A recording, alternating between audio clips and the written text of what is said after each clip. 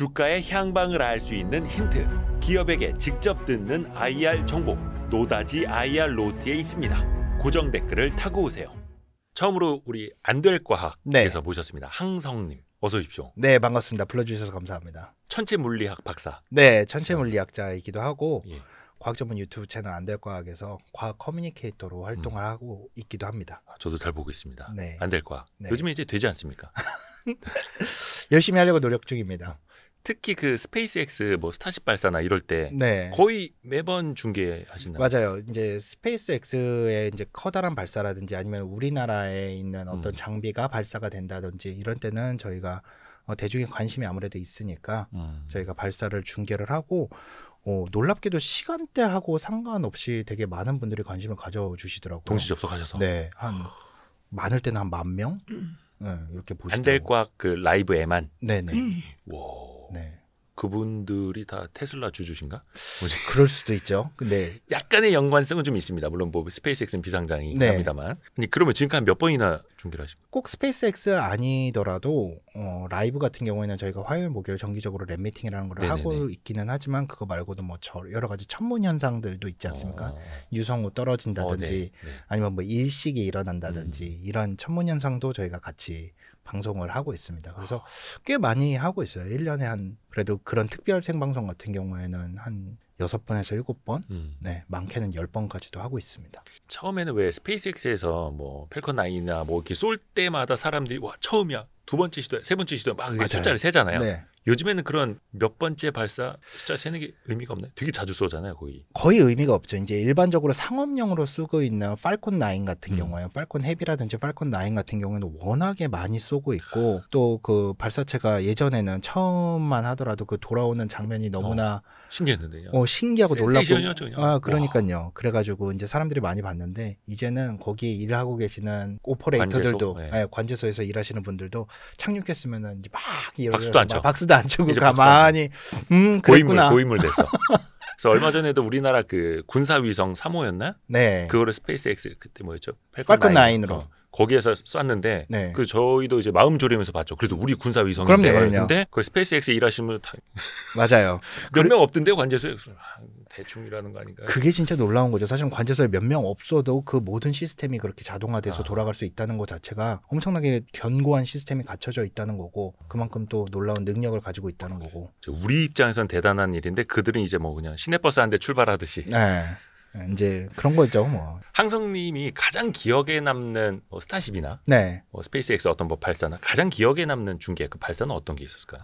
뭐 모든 사람들이 다 똑같은 의견을 줄 수 있을 것 같기는 한데 네. 저는 스타쉽과 관련돼서는 5차 발사가 가장 기억이 남습니다. 스타쉽 5차 발사면 거의 최근. 네, 최근이었죠. 지난 10월에 발사가 됐었는데 그 5차 발사 때 뭐가 있었냐면은 처음으로 일단 스타쉽은 2단으로 구성이 되어 있거든요. 네네네. 우리가 흔히 말하는 진짜 스타쉽이라고 하는 거는 그 위에 2단 부분을 말하는 거고 일단은 슈퍼 헤비 부스터라고 해가지고 이제 연료통만 가지고 있는 그 추진체 역할을 하는 거죠. 이제 그게 돌아왔는데 그 전에는 이제 해상 착륙만 시도를 하고 일종의 일회용 테스트용으로 버리기만 했는데 스타쉽 그 위에를 일단 1단을 연료통을 그냥 버리거나 해상 착륙시키거나 해상 착륙해서 넘어지고 나면 거기까지 성공은 그랬는데 이번에는 발사대로 돌아왔어요. 5차 발사 때는 발사대로 돌아와서 이 발사대에 이렇게 생긴 팔이 있었거든요. 메카질라. 네, 메카질라. 찹스틱이라고도 부르는 그게 5차 발사였나요? 네, 그게 5차 발사였습니다. 그래서 이제 6차 발사 때도 많은 사람들이 기대를 하고 있었죠. 다시 한번 이걸 잡지 않을까. 근데 이게 진짜 어려운 기술이에요. 정말 어려운 기술이다 보니까 6차 발사 때는 성공을 하지 못했죠. 5차에선 성공했는데 6차에선 실패? 네, 실패라기보다는 이제 이렇게 메카질라로 딱 잡기 위해서는 여러 가지 조건들이 다 맞아야 되거든요. 여러 가지 조건들이 다 맞아야 돼서 돌아오는 와중에 마지막에 노고 사인을 줘요. 그 관제소에서. 네네네. 근데 그때는 노고가 떨어졌죠. 그러면 해상으로 착륙을 하는.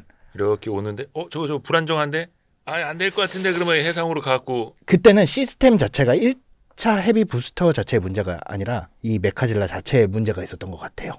지금 알려져 있는 거는. 그 지상에 있는 이 젓가락에 이 잡는 이 시설에 문제가 있었던 것 같아서 이 시설에서 그것도 너무 비싼 시설이고 만약에 지상으로 떨어지면서 만약에 문제가 생기면은 다 부서지니까 해상으로 착륙을 시킨 거죠. 어떻게 됐어요? 저 6차 발사를 못 봐가지고. 6차 발사 때는 모든 게 완벽하게 정말 성공적이었습니다. 6차 발사 1차부터 6차 발사 때까지가 이제 블락 1이라고 해서 버전 1의 스타쉽이 테스트가 끝났고 네. 내년 1월에 또 이제 7번째 7차. 7차 발사가 있는데 7차 발사부터는 이제 버전 2, 블락 2라고 부르는데 7차 발사가 이루어질 예정입니다. 아니 그러면은 메카질라가 이 젓가락이 5차에선 성공했는데 네. 이 날아오는 거를 젓가락으로 잡았는데 네. 5차에서는 못 잡을 것 같다. 그럼 얘는 해상에다가 나 저 젓가락에 주차 안 하고 그냥 해상으로 그 네. 부유식 그 아니 부유식도 아니고 그냥 바다에 떨어뜨렸죠. 버렸어요? 네. 뭐 아마도 그렇게 됐겠죠. 회수를 하는 데는 돈이 많이 드니까.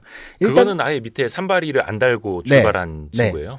애초에 산발이를 달지 않아요. 왜냐면은 잡는 거 자체가 이렇게 공중에서 잡는 그쵸. 식이기 때문에 필요 없다. 네. 애초에. 산발이를 안 다는 이유는 뭐 여러 가지가 있습니다. 사실은 사용하는 연료 문제 때문에도 있고요. 여러 가지 문제가 있습니다. 죄송합니다. 산발이라고 하니까 너무 좀 저렴해 보이는데 맞는데요, 근데? 카메라 삼각대도 아니고 그 뭐 전문 용어가 있을 거 아니에요. 뭐 트라이포드. 네, 뭐 트라이포시라고 불러요. 네. 똑같나요? 카메라 여기 세워놓은 거? 네네. 비슷하구나. 네. 그 사람들도.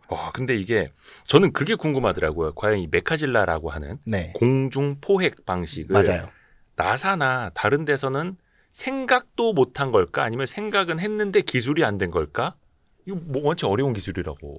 근데 생각은 했죠. 이 기술 자체가 원체 어려운 기술이에요. 일단은 이 기술이 적용이 되기 위해서는 그 전에 선행되어야 될 게 있겠죠. 발사체를 재사용한다는 기술이 먼저 선행이 되어야 그렇죠. 발사체가 돌아올 수 있는 기술이 먼저 선행이 되어야 이걸 잡는 게 의미가 있을 거니까. 근데 발사체 재사용을 안 했냐 그러면은 미국 나사에서 예. 실제로 사용을 했습니다. 우리가 놀랍게도 기억을 잠시 못하고 있어서 그렇지. 아니 근데 우주 왕복선 그렇죠. 그 왕복한 거잖아요. 네, 그 발사체 재사용한 거거든요. 어. 우주 왕복선 보면은 최근에 이제 보시는 분들은 잘 모르실 수도 있지만 최근 젊은 투자자분들 요거 약간 그 영화 아마겟돈 세대 그렇죠. 맞아요. 맞아요. 예. 그 아마겟돈 때 보면은 커다란 가운데 통이 있고 양쪽에 뭐가 또 연료통 같은 게 붙어 있고 그다음에 우주 왕복선이 이렇게 붙어 있잖아요. 그 양쪽에 고체 부스터는 회수를 했었어요. 놀랍게도 바다에 떨어뜨려서. 네, 그리고 우주 왕복선도 회수를 해서 돌아왔고. 다시 쓰죠. 거기 이제 우주 비행사들 그거 타고 돌아왔고. 네, 그래서 그런데 그때는 이제 뭐 이렇게 재사용 발사체가 지금처럼 막 그 연료가 막 딱 해가지고 딱 착륙하는 게 아니라 그 낙하산 매달아가지고 낙하산 매달아가지고 그냥 떨어지면은 그냥 회수를 해가지고 그렇죠. 다시 닫고 조이고 뭐 해서 근데 거의 70% 이상은 다시 만들어야 되는 상황이었고 그래 완벽한 재사용의 개념은 아니었고 거의 완벽한 재사용의 개념은 사실 우주 왕복선이었죠. 방열 타일만 그 검은색의 방열 타일들만 다시 갈아서 재사용하는 개념이었고 우주 왕복선은 실질적으로 꽤 성공적인 발사체였는데 우리가 재사용 발사체를 하는 이유가 바로 비용. 그렇죠. 비용을 아끼기 위해서인데 그쵸. 우주 왕복선은 그 비용을 아낄 수가 없었어요. 구조상으로.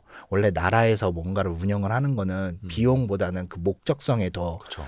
돈을 두고 있다 보니까 발사체를 만드는 구조라든지 이런 게 이윤을 남기기 위한 효율적으로 만들어진 구조들은 아니었어요. 그래서 기술은 어느 정도 가지고 있었는데 그 발사체를 사용을 하기는 했었는데 이제 우주 왕복선은 그런 기준은 아니었고 이후에 스페이스X가 처음으로 등장을 해서 정말로 효율적으로 비용을 아끼기 위한 목적을 위한 재사용 발사체를 만들기 시작한 거죠.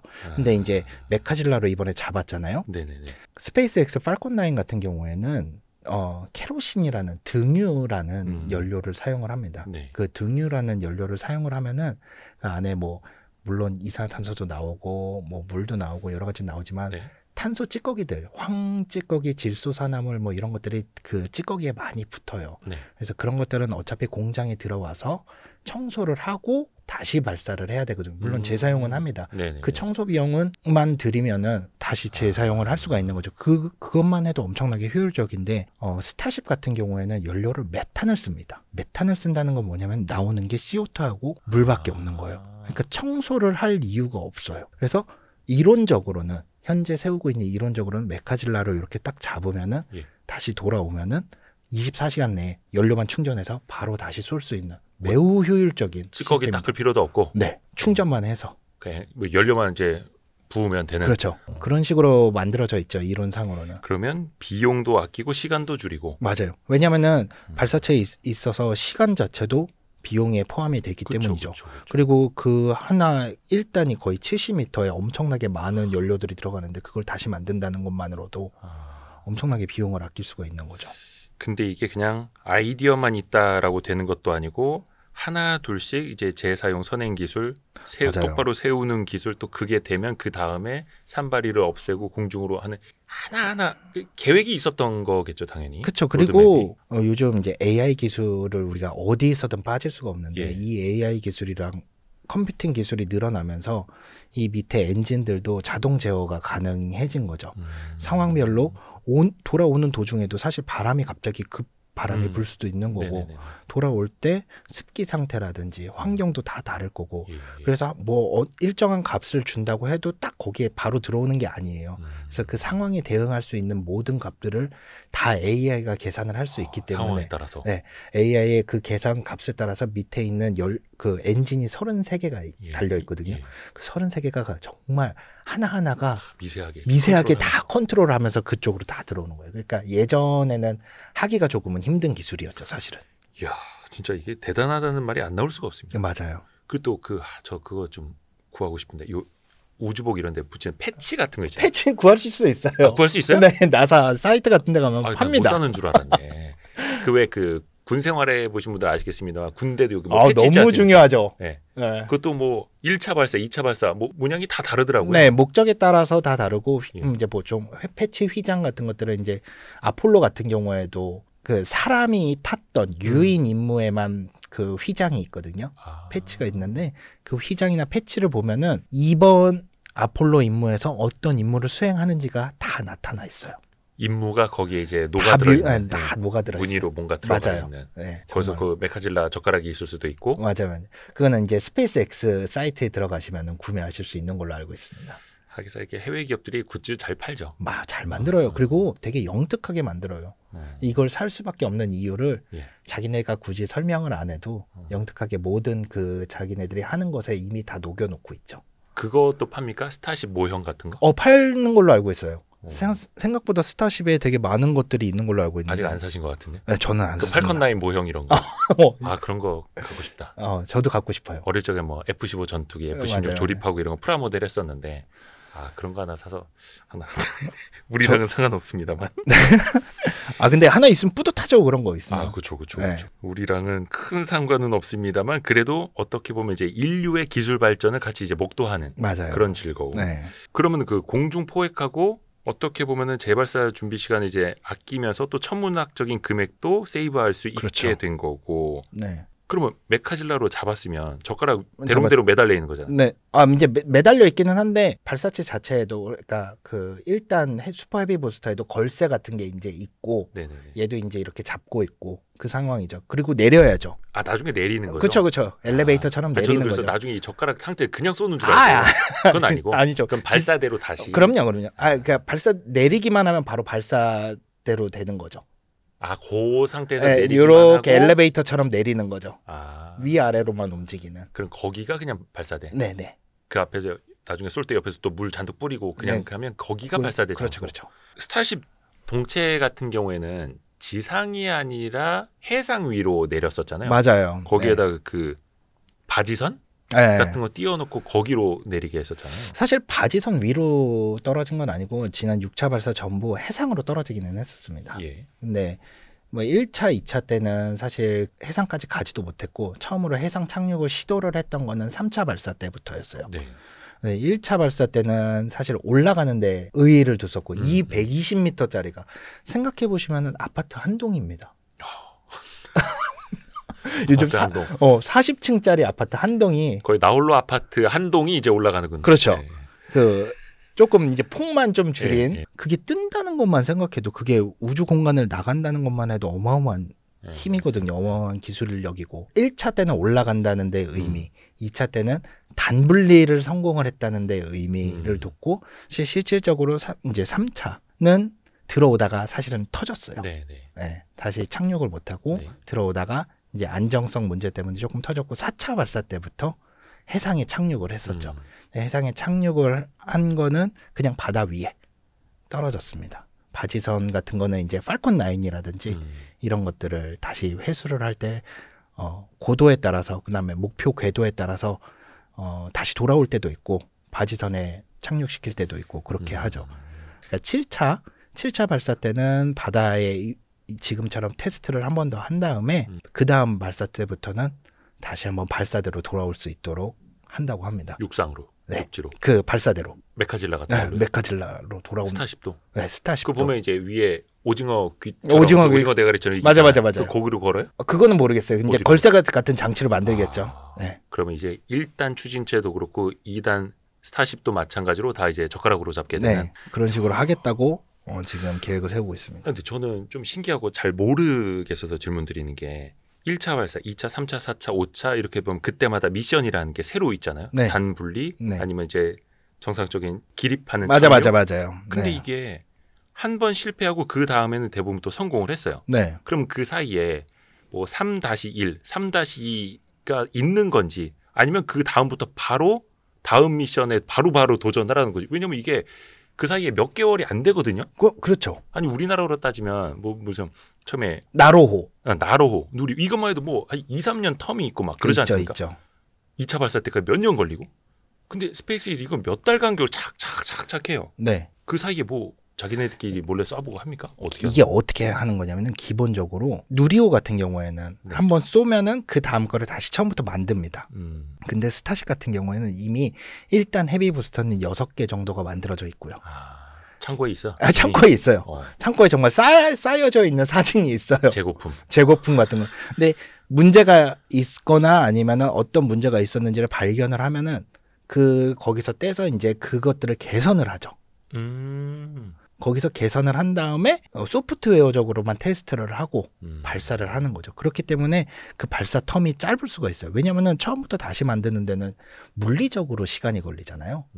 그런데 이미 만들어져 있는 것들을 기존 데이터를 1차 발사, 2차 발사 때 이런 게 문제가 있었네? 이런 것들을 다 개선을 해가지고 거기다가 심는 거죠. 그래가지고 어떤 올라가는 구석에서 거죠. 문제 발생. 그러면 이제 1동부터 6동까지 투입해갖고 다 거기 가서 그거 만지고 있고. 그렇죠. 그래서 다음에 쏠 것만 개선을 해요. 다음에 쏠 것만 개선을 하고 그 다음에 쏠 거는 이제 그 전에 데이터를 바탕으로 이렇게 개선이 돼야겠다라고 하는 거는 또 그때부터 개선을 하는 거죠. 그러니까 어느 정도는 다 만들어져 있는 거예요. 기본적으로 엄청 효율적이네요. 그렇죠. 돈을 벌기 위해서는 그렇게 해야 되는 거고 그게 기업이니까 할 수 있는 거예요. 왜냐하면은 나라 같은 경우에는 만약에 그렇게 만들어놨어요. 근데 정권이나 아니면은 바뀌면서 야, 이 프로젝트 그만해. 그러면은 그때 들인 돈은 이거 만들어 놓은 건 어떻게 할 방법이 없는 거예요. 거기 이제 뭐 무슨 연구원장 책임져야 되고. 맞아요. 그러니까 이게 기업이기 때문에 민간 기업이기 때문에 할 수 있는 효율성이고 그렇기 때문에 그 발사 비용을 낮출 수가 있는 거죠. 진짜 효율성의 끝판왕이네. 네. 그러다가 그 스페이스X 회장님이 혹시 뭐 정부 효율화위원회 뭐 이렇게 수장으로 들어가시는 거 아닙니까? 이게 효율화의 끝판왕이라는 걸 이미 보여줬잖아요. 그러니까. 네, 사람들한테. 야, 근데 그 정부 무슨 뭐 효율화위원회인가? 거기 이제 갈 수밖에 없는 거네요. 진짜. 네, 진짜로. 그러니까 민간에서 그런 실력을 또 정부에서 또 보여줄 수 있는 거고. 네. 근데 이제 아까도 잠깐 여쭤봤습니다만 네. 이런 그 아이디어 자체가 스페이스X 이전에는 없었던 걸까요? 그렇지는 않아요. 사실은 놀랍게도 뭐 공중포획이라든지 아니면 재사용 발사체라든지 이런 것들은 사실 1960년대에 나사에서도 구상을 하고 있었죠. 왜냐면은 60년대부터 네, 다시 쓴다는 거는 비용을 아끼는 거고 비용을 아끼는 건 너무나 중요한 문제예요. 정부든 기업이든 간에. 네네네. 그런데 그럼에도 불구하고 당시의 기술력으로는 한계가 있었던 거죠. 이거를 지금 발사해서 드리는 돈보다는 기술력을 개발을 해서 그걸 다시 개발하고 테스트를 하고 거기에 들어가는 이때는 시간도 돈이었거든요. 시간과 그다음에 인력이 그냥 모르겠어요. 지금 상태로 발사해. 이거보다 더 비쌌던 거죠. 당시에는. 근데 기업 같은 경우에는 목적이 명확하잖아요. 돈을 벌어야 되잖아요. 네. 그렇게 되면은 어떻게든 효율화되는 방안으로 시작을 하죠.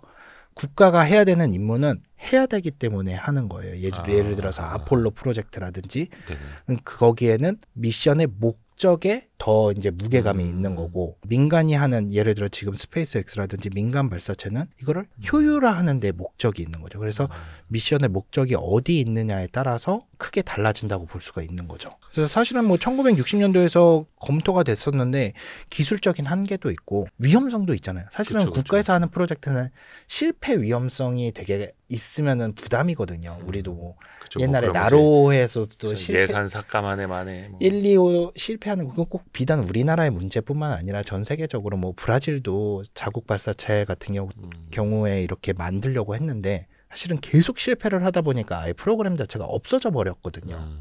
우리나라는 그럼에도 불구하고 계속 개발을 한 경우고 브라질도 과학기술 같은 경우 우주 발사체 기술 같은 경우는 상당히 높은 기술에 있음에도 불구하고 이게 쉽지가 않은 기술이거든요. 그래서 국가에 하는 거는 실패라는 위험성도 어느 정도는 감수를 해야 되기 때문에 돈이 얼만큼 들더라도 목적 달성이 조금 더 무게가 갈 수밖에 없는 거죠. 나로호, 누리호 잘 되든 안 되든 또 꾸준히 해야 할 이유는 있는 거고. 네. 왜 헐리우드 영화 같은 거 봐도 뭐 이번 발사 잘못되면 뭐 예산 삭감당합니다. 이런 대사 막 나오고도 하잖아요. 맞아요. 네. 근데 나사도 어찌됐든 간에 최근에는 예산이 또 많이 깎였고 네. 미국 국민들도 아 이거 계속 세금으로 해야 되냐? 이런 이야기 나온다. 그게 또 그래서 민간으로 간 거고. 맞아요. 근데 그런 로켓 재사용 같은 것도 일론 머스크가 처음으로 생각한 아이디어는 사실 아니라는 거. 그렇죠. 누구나 계속 꾸준히 해왔는데 일론 머스크가 시도를 하면서 과학기술의 발전이 마침 그때 딱 재사용 발사체를 만들 수 있을 정도의 기술에 도달을 했던 거죠. 그리고 도전성이 있었던 것 같아요. 그리고 워낙에 덕후였어요. 그렇죠. 그 아이디어를 실제 시도해 본다는 게. 맞아요. 이미 뭐 페이팔이라든지 이런 걸로 돈을 많이 벌어놓은 상태였고 예. 해볼 수 있는 그런 기질도 있었고 2003년인가에 보면은 에이비에이션이라는 잡지 표지가 있어요. 예. 거기에 딱 두 개의 기업이 나왔는데 그 타이틀이 뭐냐면은 그때 막 스페이스 X라는 기업이 막 시작할 때였거든요. 막 시작하는 갓 태어난 베이비 스페이스 X가 보잉을 뛰어넘을 수 있을까라고 그 에이비에이션 그 잡지 모델이 있어요. 근데 지금 보잉은 스페이스 X에 밟지도 못 들어가고 있죠. 그 에이비에이션 그 잡지 한 권이 엄청 비싸졌을 것 같은데 그거. 그 아마 있을 거예요. 그 인터넷에 찾아보면은 그 표지가 있어요. 그래서 그 오프라인 이 잡지 하나 갖고 있으면 그거 그럼요. 미국 경매에서 장난 아니겠네. 다윗과 뭐 골리앗 이런 생각만 드시 죄송합니다. 제가 속물이어가지고 저희가 경제 방송이다 보니까. 다윗과 골리앗이라는 표현이 거기 들어가 있어요. 그 당시에 다윗은 스페이스 X였고 골리앗은 보잉이었는데 지금은 완전 뒤집어졌죠. 완전 뒤집어졌죠. 나사의 이제 유인 우주선 임무를 스페이스 X와 보잉이 계약을 동시에 땄거든요. 스페이스 X는 지금도 임무를 수행을 하고 있잖아요. 스타쉽 계속 왔다 갔다 하고 네. 있고. 스타라이너 타고 가셨던 보잉 거. 우주인 두 분 강제로 지금 저기 미아도 있고. 우주정거장에 사주 근무였는데 한 달 조금 안 되는 근무였는데 지금 6개월, 7개월로 지금 늘어나게 반년 넘게 우주정거장에 남겨져 계시는. 네. 이제 보잉 그 스타라이너가 기체 결함 때문에 우주인들 타면 위험할 것 같아서 그냥 가기는 갔죠. 홀로 복귀했다면서요. 맞아요. 네. 기체만. 네. 그게 웬 망신입니까? 진짜 너무. 그러다 이거 뭐 아직 확정은 안 됐다고 합니다만 그래서 스페이스X 걸로 동원해서 복귀시킬 수도 있겠다. 네, 내년 1월 또는 2월에 복귀시킬 거라고 이제 고시죠. 근데 조금 연기가 또 다시 됐다 그래요. 그래서 조금 더 계셔야 될 것 같아요. 야, 그런 거 보면 진짜 스페이스X가 세상을 바꾸고 있는 게 맞는 거고. 네. 근데 특이하게도 비상장 기업이죠. 그러게 투자는 받는데 투자는 받죠. 상장은 안 한다. 네. 거의 제가 알기로는 기업 가치가 한 250조에서 60조 정도 되는 걸로 알고 있거든요. 250, 60조면은 지금 뭐 하이닉스 한 2배? 네. 그 정도 되겠네. 기업 가치가. 아니다. 하이닉스 지금 얼마지? 근데 이게 만약에 주식으로 상장을 한다면 기업 가치는 그 주식으로 놔둬갔을 때 막 오르고 하면은 더 올라가겠죠. 요런 질문 한번 드려볼게요. 그러면 어찌됐든 간에 아까 잠깐 1960년대 뭐 나사의 이야기도 했습니다만 당시 나사도 그렇게 예산을 쏟아부었던 게 소련한테 뒤처지면 안 된다. 그렇죠. 이거잖아요. 네, 맞아요. 근데 지금은 또 중국의 우주과학 기술도 엄청나게 올라오고 있지 않습니까? 지금은 이제 예전에는 미국과 소련, 지금 예전에는 이제 미국과 러시아라고 불렀죠. 그럼에도 불구하고 지금은 미국과 중국입니다. 그냥 탑2입니다. 그리고 미국도 인정을 하고 있어요. 중국이 바로 코앞까지 왔다. 정말 얼마 안 됐어요. 한 몇 달 전에 그 스타쉽 6차 발사가 계속 진행이 안 되고 있었어요. FAA의 그 규제에 묶여가지고. 네네. 그랬더니 청문회를 열어가지고 FAA 그 부국장한테 네네네. 계속 그렇게 얘기를 했습니다. 양쪽에 민주당, 그 다음에 공화당 직원 전부 뭐라고 했냐면은 중국이 지금 이렇게 발빠르게 다가오고 있고 위협적인데 이거 빨리 안에서 기술 개발을 안 하면은 중국이 달에 먼저 갈 수도 있다. 우리보다. 유인으로. 이 문제는 해결해야 되지 않겠냐. 스타쉽이 지금 목표로는 나사의 다시 아르테미스 미션을 통해서 달에 가는 착륙선 역할을 해야 되거든요. 네네네. 근데 지금 테스트 중이잖아요. 근데 이 테스트를 못하게 하면은 계속 뒤처지고 딜레이 되는 거니까 빨리 승인해줘라. 이렇게도 있었죠. 중국이 기술이 정말 어마어마합니다. 엄청난 기술을 가졌다고 아니 봐도 어느 정도까지 올라와 있는 거예요? 어느 정도까지냐라고 봤을 때 이제 완벽하게 미국을 능가했다라고 보기는 어려운데 네네네. 미국에 거의 근접했다? 90% 이상, 네? 90% 가까이는 근접했다라고 봅니다. 지금 단독으로 한 국가가 우주정거장을 갖고 있는 국가는 중국이 유일합니다. 지금 우주정거장은 국제우주정거장이죠. ISS? ISS. 네. 다시 말해서 여러 국가가 물론 모체는 러시아와 미국이 주가 돼서 건립한 우주정거장이기는 하지만 중국은 독자적으로도 우주정거장을 가지고 있어요. 미국, 소련 필요 없고? 필요 없고 중국은 단독적으로 우주정거장을 가지고 있고 우주정거장에 우주인이 체류를 하고 있고 그다음에 놀랍게도 그 우주정거장 내부를 비교한 사진이 인터넷 같은 데 보면은 있습니다. 네네네. 네, 거기에 보면은 중국의 우주정거장 내부는 아주 깔끔해요. 아, 그래요? 정리가 잘 돼 있어요. 신식 정말로.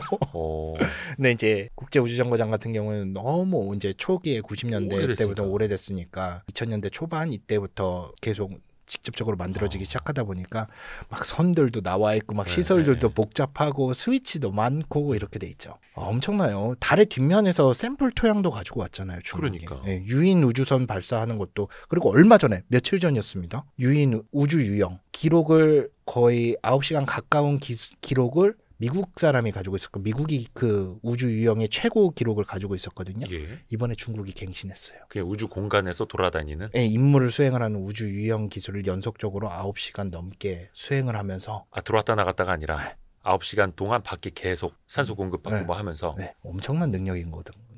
거의 우리 하루 8시간 일하기도 힘든데 우주에서 9시간을 유영. 그렇죠. 그분 체력도 좋네요. 네, 그럼요. 기록 세워야 되니까 들어오지 마. 계속 이랬을 거 아니에요. 약간 그런 것도 있지 않았을까요? 저는 그렇게 생각합니다. 이제 그 달 탐사나 요거 이제 뒷부분에 조금 더 여쭤볼게요. 네. 그러면 이제 거기에 비교했을 때 중국이 미국 기술의 90%까지 왔다면 제 생각입니다. 개인적인 개인적인 생각. 대한민국의 우주과학 기술은 한 어느 정도나 될까요? 사실은 지금 우리가 가지고 있는 우주 발사체 기술이 이만큼까지 올라온 것도 저는 매우 놀랍다고 생각을 하거든요. 기본적으로 우리가 지금 최신식으로 가지고 있는 게 누리호잖아요. 네네. 350톤급 추진력을 가지고 있어요. 그리고 위에는 1.5톤의 위성들을 그러니까 페이로드라고 하는데 1.5톤의 위성들을 적궤도에 쏘아 올릴 능력을 가지고 있죠. 우리가 나로호를 쏘아 올리고 막 시작한 지가 얼마 안 됐는데 네네. 그 와중에 나로호까지만 하더라도 일단은 러시아가 만들었거든요. 예, 그리고 나로호 3차 발사가 성공을 한 게 2013년인가 그랬거든요. 근데 10년이 안 되는 시기에 전체적으로 모든 시스템을 순수하게 국산화 시켜가지고 그만큼 만들어냈다. 그래도 이거는 상당히 높은 기술이고 전 세계적으로 그렇게 자국에서 그 정도로 발사를 할 수 있는 나라가 7개밖에 없습니다. 물론 유럽은 연합으로 이제 하나 치고 러시아는 좀 독립적으로 한다고 하더라도 그래도 7개 국가밖에 없는데 전 세계에서 7개 국가면은 엄청난 능력을 가지고 있는 거죠. 네. 그래서 우리나라 기술은 아주 우주 선진국이라고 보는 패권국이라고 보는 미국과 러시아에 그리고 중국에 비해서는 한 5년에서 많으면 10년 정도는 조금 뒤처져 있을 수는 있어도 일본과 비교했을 때는 많이 따라왔죠. 네. 우리나라 자체가 옛날에는 일본과도 너무 많은 격차가 있었거든요. 근데 지금은 이제 어느 정도는 많이 따라왔죠. 그리고 우리나라 로켓과 관련된 여러 가지 기술들을 발전하는 속도가 엄청나게 빠르기 때문에 저는 충분히 어느 정도의 패권국에는 이제 들어갈 수 있지 않을까라고 생각을 합니다. 근데 우리나라도 언젠가는 로켓 재사용 방향으로 가야 될 거예요. 사실 지금 우주청에도 재사용 발사체를 연구를 하는 연구 그 그룹이라든지 팀이 있습니다. 네, 그리고 연구를 하고 있고요. 그리고 민간 기업들도 몇 군데 있더라고요. 있죠. 네, 민간 기업들도 우리나라의 민간 기업이 그렇게 여러 개가 있다는 것만으로도 대단한 거죠. 뭐 이노스페이스라든지 페리지라든지 뭐 이런 여러 가지 민간 기업들도 있다는 것만으로도. 그리고 정말 고무적인 거는 그 기업들의 이제 CEO라고 해야 되죠. 아주 젊어요. 30살이 안 된 분들도 있고요. 맞아요. 네, 정말 미래가 밝다고 볼 수 있는 거죠. 근데 또 이제 천문학적인 투자금을 또 쏴줄 수 있을 것이냐. 로켓도 쏴야겠습니다만 돈도 쏴야 되는 거고. 맞아요. 어쩔 수가 없는 개념이죠. 그래서 일단은 시작하는 우리나라 민간 기업들이 시작하는 쪽은 소형 위성을 쏘아 올리는 특수 목적을 가지고 있다고 보면 되는데, 지금도 스페이스X의 홈페이지에 가서 이렇게 내가 만든 위성을 거기에 올리려면 얼마나 기다려야 되지라고 할 수 있는 이제 등록을 알아볼 수 있는 사이트가 있어요. 보통 1년 반에서 2년 아직도 걸립니다. 그리고 그 시간은 점점 위성을 쏘아 올려야 되는 목적들과 위성들이 많으니까. 다 특화가 되면서 많아졌어요. 작고 많아지기 시작했어요. 특징이 옛날에는 큰 거 하나가 올라갔다면은 예전에는 작아지면서 여러 개를 쏘는 방향으로 되게 많이 바뀌어가고 있어요. 지금 트렌드가. 그러다 보니까 자리가 없어요. 그러면은 아직도 그렇게 스페이스X가 1년에 뭐 한 150회, 200회 가까이 쏘면서도 그걸 다 수요를 못 하는데, 수요는 정말 많거든요.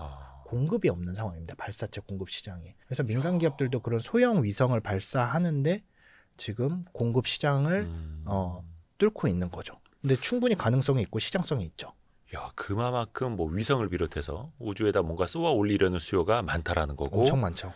문제는 탈 사람은 많은데 이제 고속버스가 모자르죠. 느낌으로. 매우. 그래서 우리나라도 기술을 개발을 하면 또 우리나라 국내 수요도 또 있을 테니까. 네, 맞아요. 근데 이거는 좀 오래 걸리겠죠. 우리나라에서 로켓 재사용까지 실제 간다면. 근데 오래 걸릴 것 같지는 않아요. 그래요. 네, 그 놀랍게도 저희 연구진들, 그다음에 민간에 있는 그 하는 분들은 놀랍게도 뭐 물론 다른 나라도 그렇지만 흔히 말하는 덕후라고 하잖아요. 또 한번 목숨 걸고 하면 이제 네. 또 하죠. 그분들 덕후라는 게 이제 나쁜 개념이 아니라 너무나 자기 일을 좋아하는데 즐기면서 하고 있어요. 그래서 실패를 두려워하지 않고, 또 그거를 하고 있는 분들은 이제 차세대, 지금의 이제 누리호 개발 이 다음 세대 분들은 상당히 젊거든요. 그러다 보니까 능력들도 무한하고 그렇게 오래 걸릴 거라는 생각은 안 들어요. 조만간 뭐 페리지라든지 이런 데서도 지금 뭐 이노스페이스는 이미 한빛 발사체 같은 경우에는 시험 발사에 성공을 했었고요. 네네. 페리지 같은 경우에도 이제 뭐 제주도 아니면은 고흥에서 또 다시 한번 곧 우리나라 땅에서 쏠 생각도 하고 있고요. 그러니까 한번 발사를 일단은 해봐야 보여줘야죠. 네, 보여주는 것도 있고 발사를 해봐야 어떤 문제가 있는지를 알 수가 있거든요. 그러니까 이거는 성공 실패의 문제가 아니라 데이터를 쌓기 위해서는 실전 발사가 중요하고 쌓기 발사를 하기 시작한다면은 기술은 엄청나게 빨리 발전할 거라고 저는 약간 희망적으로 보고 있습니다. 약간 저는 이제 그런 고민도 듭니다. 분명히 저 기업들이 증시에 이제 상장하려고 올라올 그렇죠. 텐데 당연히 이제 투자금을 받아서 기술 개발을 해야죠. 과연 그런데 이제 상업성이 과연 보일까? 해외 기업들이랑 또 경쟁 우위에 서야 하는데 물론 이제 초창기 몇 년 동안은 당연히 투자부터 해야겠습니다만 상업성에서도 과연 이길 수 있을까라는 생각에, 물론 이제 여기까지 나간 거 제가 이제 속물이기 때문이고 그러니까 아니에요. 경제방송이고 또 투자를 공부하시는 분들이 계시기 때문인데 항성님께서는 어떻게 생각하세요? 그 상업성이라는 부분을 예. 기업은 고려를 안 할 수가 없어요. 그럼요. 기업이니까. 기업이기 때문에. 국가기관이 아닌데. 맞아요. 그렇기 때문에 그 친구들은 그러면 뭘 보고 개발을 하고 있지? 그 기업들은 어떤 상업시장을 보고 개발을 하고 있지라고 봤을 때 우리가 잘 다뤄지지 않고 잘 알려지지 않은 전 세계 지역 중에 하나가 동남아 시장이 있습니다. 동남아 시장도 위성 수요가 엄청나게 많고요. 하지만 아직까지 그만한 기술은 갖지 못하고 있어요. 그리고 매우 덥기 때문에 네, 뭔가를 개발을 하는데 좋은 조건은 아니에요. 우주 발사체를 개발을 하는 데 있어서. 네. 물론 발사를 하는 것 자체는 적도 지방이 좋습니다. 지구가 내려가면 내려갈수록 최단 루트로. 최단이고 그다음에 발사를 할 때 지구가 자전하는 그 중력의 힘도 가장 이제 도움을 많이 받을 수가 있어서 아래로 내려가면 내려갈수록 좋은 거거든요. 동남아 시장에 위성 수요가 엄청나게 많아요. 근데 동남아에서 예를 들어 스페이스 X 같은 데 발사를 하려면 발사 비용도 엄청나게 많은데 그 비싼 데다가 거기는 조건이 까다롭습니다. 실어주는 조건이. 아이고 돈 받으면서 왜냐하면은 그럴 수밖에 없는 게 걔네들도 실패라는 거는 자기네들의 신뢰도가 떨어지는 거기 때문에 위성에 문제가 생겨서 못 올라갔다라는 거는 자기의 신뢰도에 문제가 생기기 때문에 평소 다른 데 발사체들보다 몇 배 이상의 신뢰도를 쌓아라. 이 테스트도 통과해라. 저 테스트도 통과해라. 우주급으로 무언가를 부품을 만들어내라. 이런 식의 요구가 되게 많아요. 이야, 손님을 가려받는 거예요?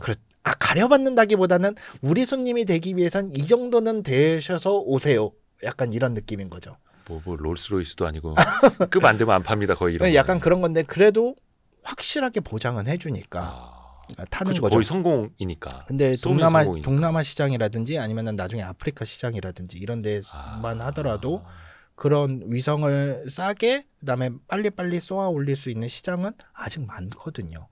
동남아 같은 경우에도 정말 뭐 그들도 당연히 안보 국방이 중요할 거고 위성 뭐 하고 있는 거는 다 하고 있잖아. 우리가 누리고 있는 모든 시설들은 다 누리고 있는데 단지 비용을 다른 나라의 위성을 사용을 하면서 비용을 지불을 하고 있을 바에야 자기네들이 위성을 개발을 해서 우리나라가 그랬듯이 조금씩 발전시키면서 개발을 할 기회가 있는 거죠.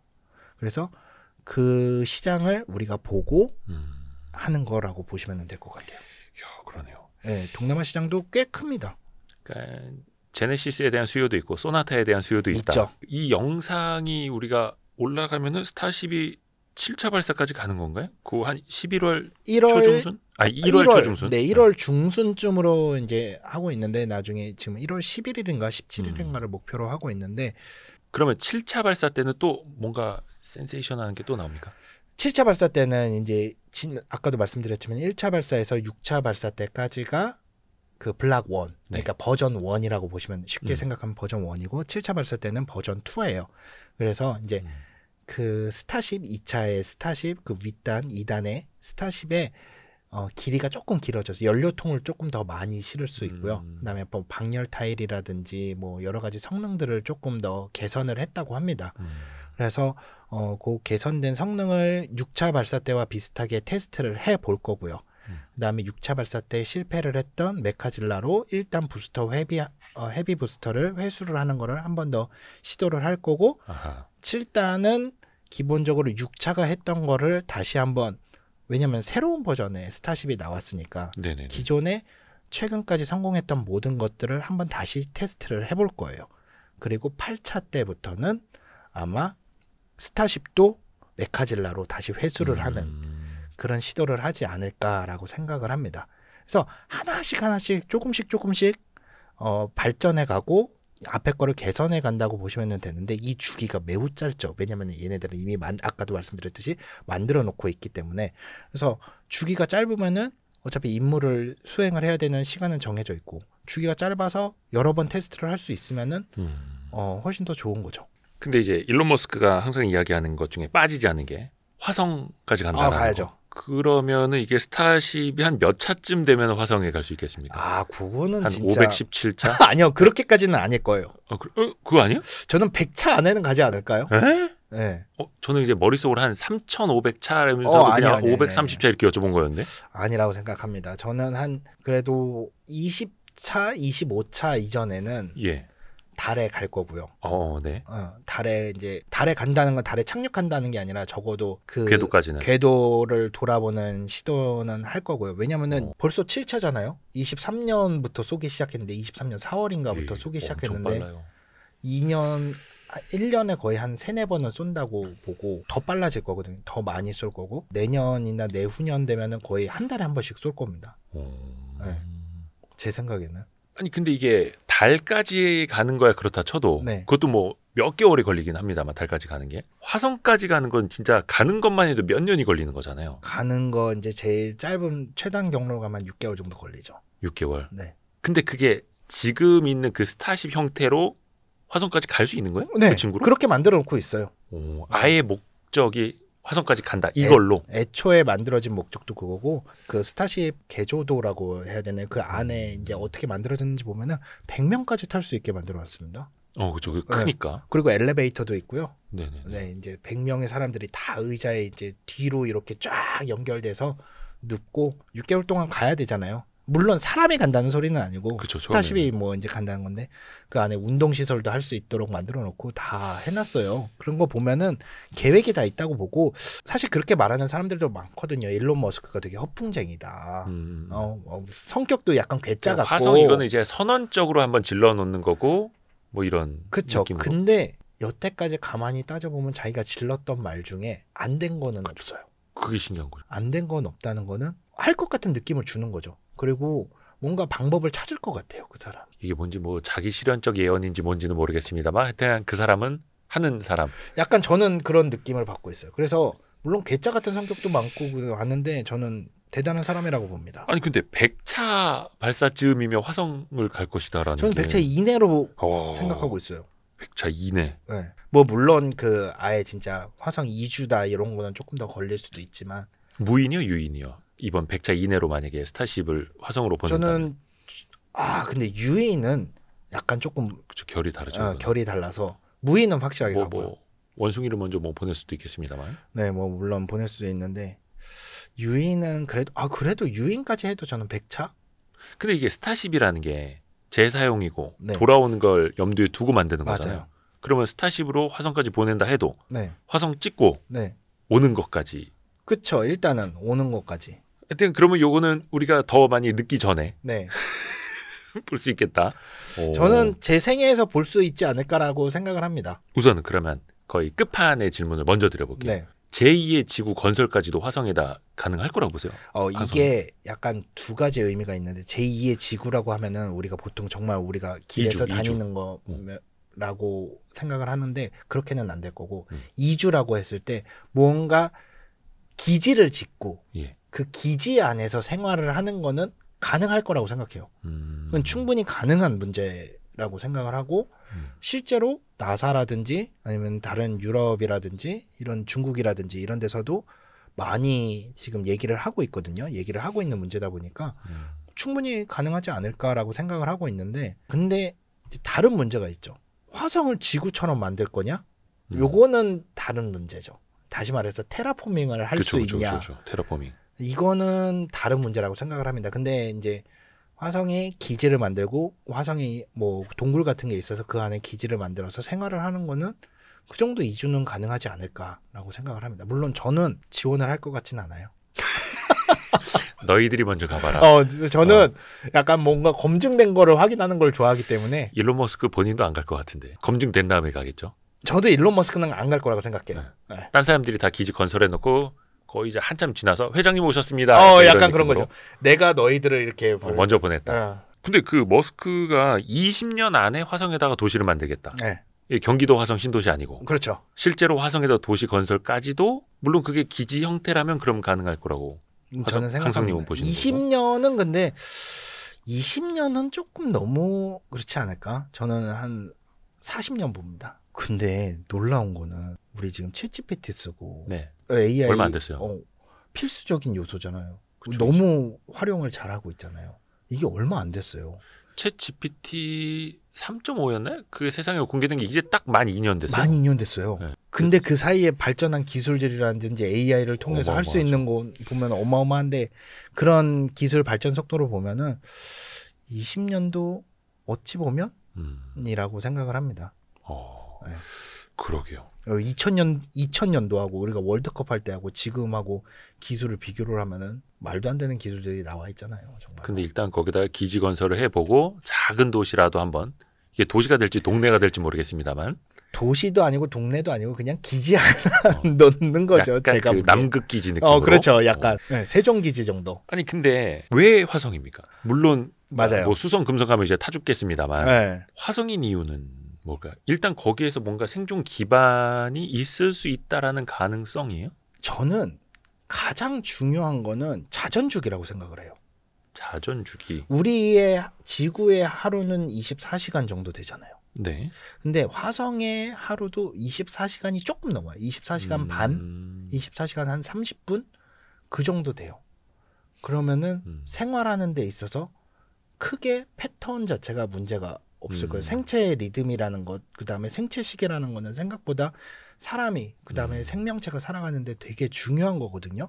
그리고 계절의 변화도 존재를 하고요. 아까도 말씀해 주셨듯이 수성하고 금성은 갈 방법이 없고요. 금성은 뜨겁고요. 안 되죠. 자연스럽게 눈으로 돌릴 때는 화성밖에 없어요. 왜냐하면 목성, 토성 그 이후의 행성들은 땅이 없습니다. 땅이 없다고요? 땅이 없습니다. 다 하늘로 돼 있습니다. 가스 행성이라고. 가스 행성이다 보니까. 목성은 엄청 크던데. 목성은 엄청 큰데 예. 가스 행성이 되게 있다가 그 내부는 정말 액체로 된 수소 액체로 된 바다가 있는 거고 땅이 없어요. 그 우리가 이미지로 보고 있는 거는 그러면 다 화성인 거죠. 아니 왜 목성도 엄청 크고 왜? 토성도 뭐 띠는 이게 뭐 먼지 덩어리라고는 합니다만 맞아. 그 안에 그러면 육지라는 개념이 없어요. 그래요. 네, 그러니까 실질적으로 우리가 갈 수 있는데도 화성밖에 없는 거죠. 왜냐하면 화성은 작게나마 대기라는 것도 존재를 하고 달보다는 훨씬 더 크고 그다음에 탐사도 많이 이루어져 있고 그다음에 자원도 어느 정도 있는 걸로 밝혀져 있고 여러 탐사선들이 가면서 화성에서 산소를 만들어내는 실험들도 이제 성공을 했었고 그다음에 얼음 형태의 물이 존재를 하고 아주 얇지만 작지만 대기도 존재를 하고 있고 그다음에 현지 자원을 이용을 해서 건설 재료라든지 이런 것들도 확보를 할 수가 있고 여러 가지 가능성이 존재를 하기 때문에 아니 그 화성에는 그러면 때문에 얼음이 있는 거예요? 얼음의 흔적이 있는 거예요? 얼음이 있습니다. 얼음이 있다. 극지방에. 그럼 그 녹이면 물이 돼요? 네. 지구에서 보는 물이랑 성분이 일단은 같다고 봐야죠. 네. 뭐 어떻게 뭐 오염이 돼 있든지 어떤 다른 성분이 있는지는 더 분석을 해봐야겠지만. 그러면 그 얼음을 녹이면은 인간이 마실 수도 있는 물이 될 수도 있겠다는 거예요? 그렇죠. 그 뭐 깨끗하고 안 깨끗하고 이거는 이제 정화 시설이라든지 뭐 이런 시설은 갖춰줘야겠죠. 그리고 가기 전에 그 물에 대한 탐사도 분명히 이루어지겠죠. 네. 왜냐하면 아직 극지방으로 가지는 않았으니까. 근데 채취까지도 했던 거예요? 이제 하면 되죠. 아직 채취는 그러니까 흔적만 아니요. 그러니까 얼음이 있는 거는 봤고. 네. 왜냐하면 궤도선 화성 주위를 지금 우리 인공위성 돌듯이 인공위성이 지구를 돌듯이 화성을 돌고 있는 궤도선이 있습니다. 아주 고화질로 찍을 수 있는. 찍었죠. 일단은 카메라 이미지로 저게 얼음이다. 봤죠. 근데 나중에는 찍어봐야 이제 맛을 아는 것처럼 그렇죠. 가봐야 아는 거고. 아니 근데 아까 말씀 중에 산소를 만들 수도 있어요? 화성에서? 지금 이제 큐리오시티하고 얼마 전에 갔던 퍼서비어런스가 네. 목시라는 그 장비가 있어요. 네. 그 장비를 이용을 해서 화성의 대기에는 CO2가 가장 많은데 그 CO2를 이용을 해서 화성에서 자체적으로 산소를 만들어내는데 성공을 했습니다. 이게 그냥 단순히 화학으로 놓고 보면은 거기서 CO2에서 탄소를 빼면은 O2가 되는 이런 개념. 약간 그런 이제 우리 단순하게 생각하면 그런 중학교 개념인데. 지식 수준으로. 중학교 지식. 저도 화학자가 아니다 보니까 그 개념에 대해서는 정확하게 막 그렇게 어떤 과정이 이루어지는지는 모르겠는데 기본적으로 전기 분해를 하는 거예요. 기본적으로 CO2라는 거를 전기 분해를 하면은 O2하고 CO로 분리가 돼요. 그러니까 뭐 CO2 하나를 그렇게 분리를 하는 건 아니고 이제 여러 개의 CO2를 분리를 하는데 그 분리를 한 산소를 순도 같은 거를 측정을 하는 거고 그리고 나머지 나온 일산화탄소 CO 일산화탄소는 대기로 보내는 거죠. 근데 일단은 해냈다는 게 중요한 건데 시간당 약 6g 정도의 산소를 생성할 수 있었다 그래요. 물론 지금은 6g 에게 하면서 웃지만 근데 일단은 시작이라는 거. 시작이죠. 6g의 산소도 엄청 많은 산소이기는 합니다. 6g이면 얼마나 되는 거지? 콧방귀? 비유가 뭐 하여튼 그 정도 만들었다고. 6g 한 딸꾹질 한 번 그보다 더 많이 나오는. 아무튼. 근데 몇 시간은 살 수 있을 걸로 생각하고요. 그래요. 또 하나가 미생물의 흔적이 화성에서 발견됐다고. 이게 미생물의 흔적이라고 하기에는 조금 주의 깊게 얘기를 해야 될 것 같아요. 사실은 메탄이라는 거를 검출을 했습니다. 화성에서. 근데 지구에서 메탄의 주요 생성 원인은 사실 생명체예요.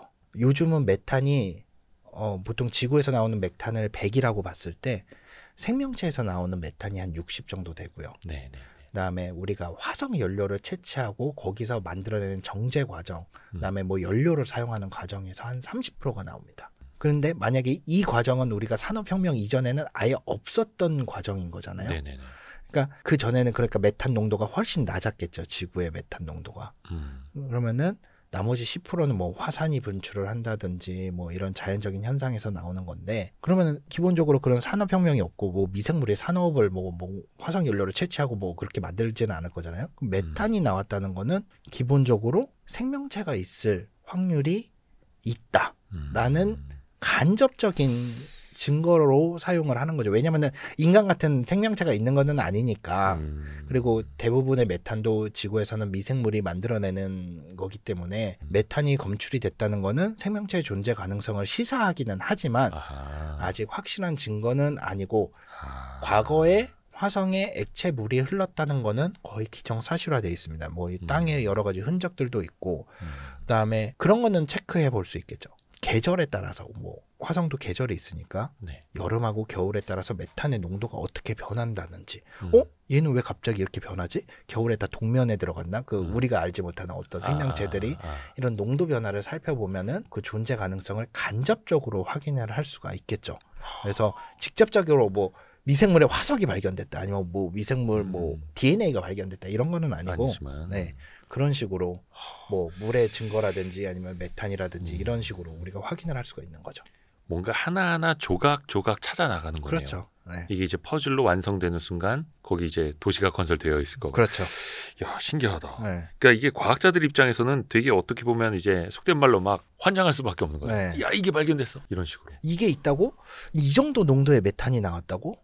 계산을 해보면은 우리가 알고 있는 화성의 화산으로는 이만큼의 메탄을 만들어낼 수 없는데 약간 그런 거죠. 근데 지금까지 관측된 모든 자료들은 거의 어떤 느낌이냐면은 비생물학적인 그러니까 뭐 정말 자연환경적으로 만들어지는 것들을 여러 조건들을 대입을 해봐도 성립이 될 수 있을 정도. 하지만 우리는 밝은 면을 보고 싶잖아요. 그렇죠. 네, 좀 신기한 면을 찾고 싶고 인간이라면 가능성을 찾아야 되니까. 그렇죠. 그렇게 보는 거죠. 일론 머스크가 이제 많이 얘기하는 것 중에 하나 또 테라포밍인데 네. 모르겠습니다. 저는 이제 뭐 그냥 겉으로만 들었는데 실제로 무슨 뭐 핵폭탄까지 얘기하고 해서 있죠. 뭐 진짜 그 화성이라는 곳에 질적인 걸 변화시켜 버릴 수 있다라는 거잖아요.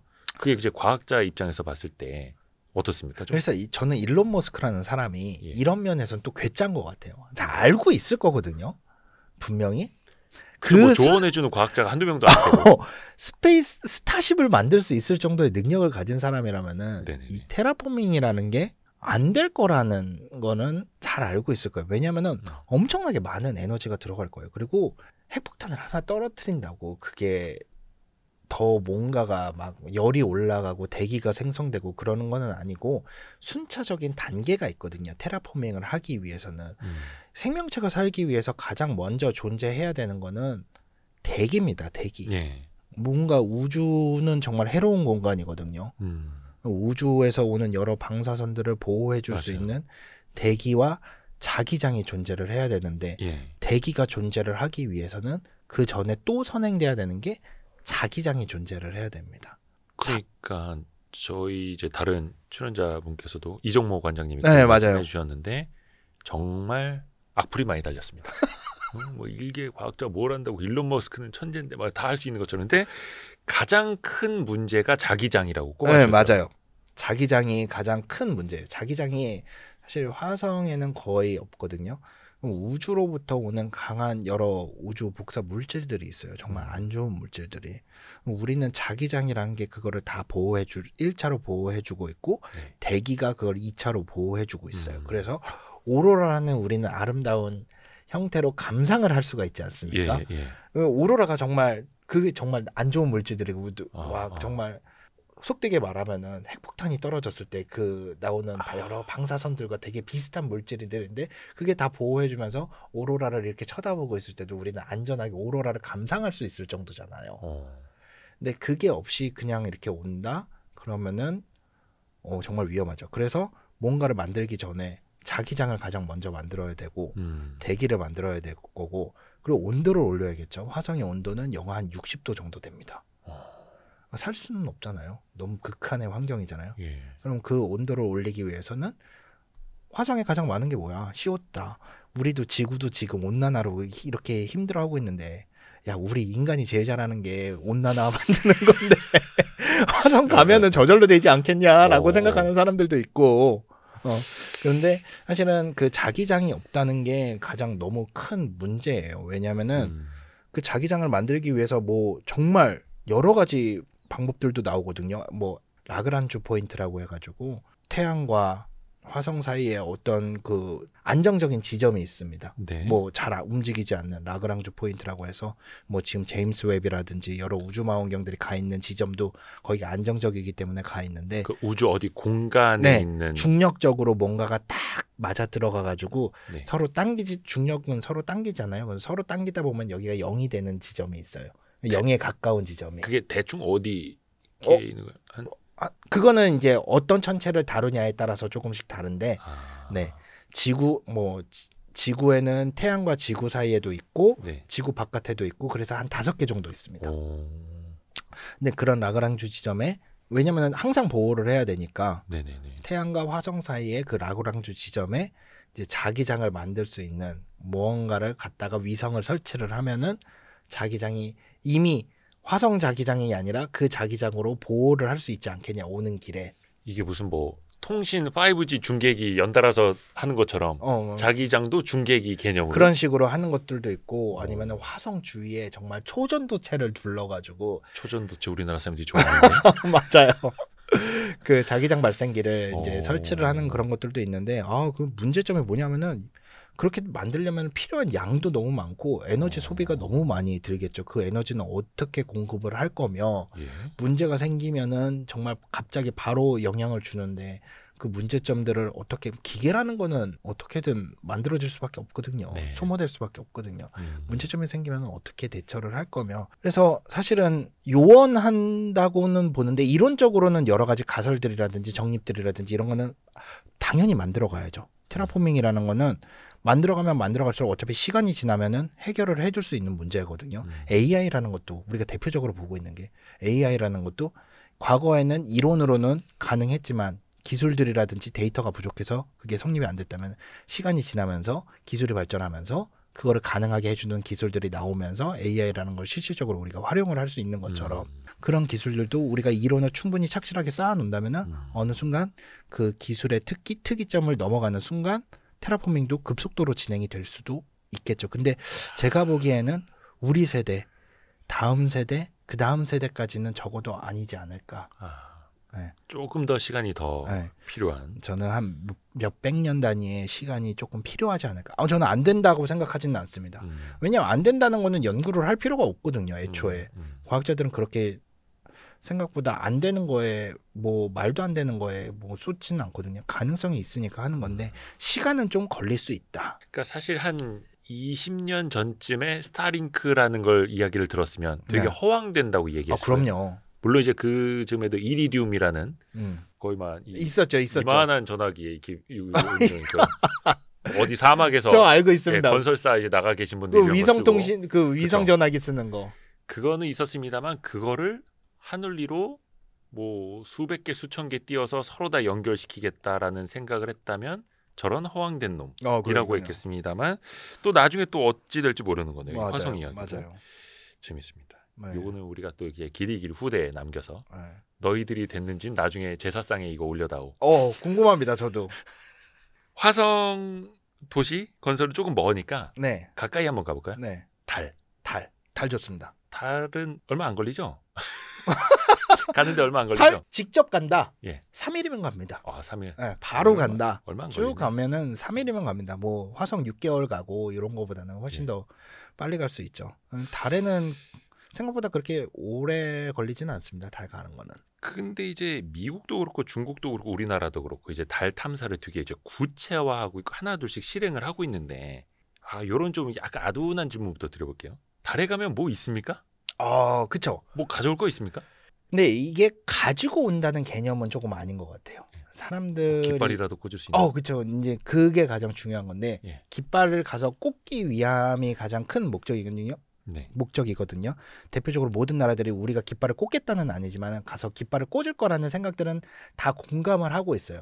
그러면은 그 깃발을 꽂을 때 우리나라 것도 같이 꽂을 수 있냐, 아니면은 다른 나라가 못 꽂게 할 거냐, 이 문제이기는 한데, 깃발을 꽂는다는 의미가 달에 있는 자원을 우리가 활용을 할 수 있을 것이냐. 그러면은 달에는 어떤 자원이 있냐가 가장 중요한 문제일 거잖아요. 요 질문부터 먼저 드릴게요. 그러니까 제가 어줍지 않게 들은 얘기로는 네. 국제법상 네. 우주 밖에 있는 이 영토는 아니고 땅에 대해서 무슨 자원을 선점해서 자기네 땅이라고 깃발 꽂는 행위는 의미 없다. 아무도 인정해주지 않는다라고 하던데요. 네, 국제법상 예. 어떤 국가나 단체는 선언을 할 수가 없어요. 네. 네, 선언을 할 수가 없어요. 근데 그 되게 특이한 게 예. 이것도 좀 다른 얘기는 한데 이런 얘기해도 되나? 저는 다 좋습니다. 네, 편집해 주셔도 될 것 편집 같아요. 안 할 건데. 네. 네. 국가나 단체 국제법상 국가나 단체는 선언할 수가 없다라고 돼 있는데 거기 네네네. 개인이 빠져 있어요. 아, 그죠? 개인 자격으로 개인 이름으로. 그래서 실제로 달하고 화성의 지역을 그 봉이 김선달처럼 파는 사람이 있어요. 대동강 물 팔듯이. 나는 이 땅을 소유를 하고 있으니까 여러분들 하나씩 여기 이 지역 사세요. 그러면 우리가 서티피켓 이렇게 증명서 발급해 줄게요. 이런 식으로 가상자산처럼 팔고 있는 사람도 있습니다. 약간 국제법을 교묘하게 빠져나간 거죠. 왜냐면 국제법 만들 때도 생각을 했을 때 야, 설마 개인이 이걸 가서 땅을 해가지고 팔겠어? 이건 말도 안 되는 거니까. 요거 실제로 그 2020년, 21년 저금리 시절에 네. 꽤 팔렸잖아요. 맞아, 꽤 팔렸어요. 그 가상 부동산, 가상 네. 자산 하면서. 그래서 그 사람은 꽤 돈을 많이 번 걸로 알고 있습니다. 자, 대단한 사람이죠. 봉이 김선달이네. 네. 사업소환이 대단한 사람입니다. 아무튼 과학에서도 한번 다른 합법적인 수익 모델을 생각을 해봐야죠. 네, 저희는. 그럼 달에 가면 뭐가 있는 거? 무슨 그러니까 그 자원? 자원? 네. 일단은 달에 가는 이유가 크게 두 가지가 있어요. 자원을 확보를 하는 건데 뭐 여러 가지 자원들이 있어요. 우리 흔히 말하는 히토류라고 하는데 히토류는 생각보다 지구에 많습니다. 다 중국에 있어서 그렇지. 네, 중국에 있기도 하고 뭐 돼 있기도 한데 그 히토류가 문제가 되는 거는 뭐 흔히 말하는 선진국이라고 하는 국가들이라고 하는 그 지역 그 국가들은 이 히토류를 만드는데 엄청난 양의 폐수와 환경 오염이 만들어지기 그렇죠. 때문에 히토류를 잘 쓰지를 않는 거고 거기서 히토류를 가공을 할 수 있는 공장을 만들어서 히토류를 가지고 오겠다라는 개념도 있어요. 왜냐하면은 뭐 고기는 뭐 오염이 되든 뭐가 하든 어차피 버려진 땅이다 보니까 그 시스템만 만들어 놓으면은 어마어마한 양의 히토류가 공급이 될 수 있다. 그리고 가지고 들어오는 거는 조금 다른 문제예요. 왜냐하면은 가지고 들어올 때는 그렇게 큰 힘이 들지는 않아요. 퍼오면 되니까. 그게 아니라 지구를 탈출하는 건 너무 힘든데 달에서 오는 거는 달 중력이 약하기 때문에 지구의 6분의 1? 훨씬 연료라든지 그게 쉽죠. 궤도만 올 수 있으면은. 그래서 그런 식으로 하겠다라고 하는 거고 우리 요즘 핵융합 기술 되게 많이 연구를 하고 있지 않습니까? 네네네네. 우리나라 같은 경우에는 핵융합에 되게 큰 성과를 가지고 있기도 하고 케이스타라는 핵융합 연구에 순수하게 정말 물만 완벽하게 핵융합을 만들어내기 위해서 정말 좋은 재료 중에 하나가 헬륨3라고 하는 겁니다. 헬륨3? 네, 헬륨3라고 하는 원료가 있는데 이 헬륨3는 지구에는 거의 없어요. 예. 왜냐하면은 대기가 없고 태양 방사선으로 주로 만들어지기 때문에 대기가 없는 달 같은 데는 되게 많이 있는데 지구 같은 경우에는 대기도 많고 그다음에 이런 것들이 다 걸러지거든요. 지구에 들어오기 전에. 그래서 헬륨3가 정말 많이 있습니다. 나중에 핵융합 기술은 분명히 만들어질 거거든요. 뭐 우리나라뿐만 아니라 전 세계적으로도. 그게 상용화됐을 시기를 생각을 해보면은 달 탐사에서 뭔가를 해서 채취를 할 수 있는 시기와 엇비슷할 수 있지 않을까. 그래서 헬륨3를 만약에 지구로 계속 공급을 할 수가 있다고 하면은 전 세계에 에너지를 공급하는 효율과 그 양이 아예 달라질 겁니다. 지금 우리 옛날에는 정말 대기업들, 뭐 컴퓨터 관련, IT 관련 기업들만 서버를 돌린다고 하잖아요. 네네네. 요즘에는 모든 기업들이 거의 서버를 돌리고 있거든요. 네. 인공지능 때문에. 뭐 에너지량이 정말 급속하게 늘어나고 있거든요. 예. 그런 문제들도 실질적으로 해결할 수 있는 그 솔루션을 가지고 있고요.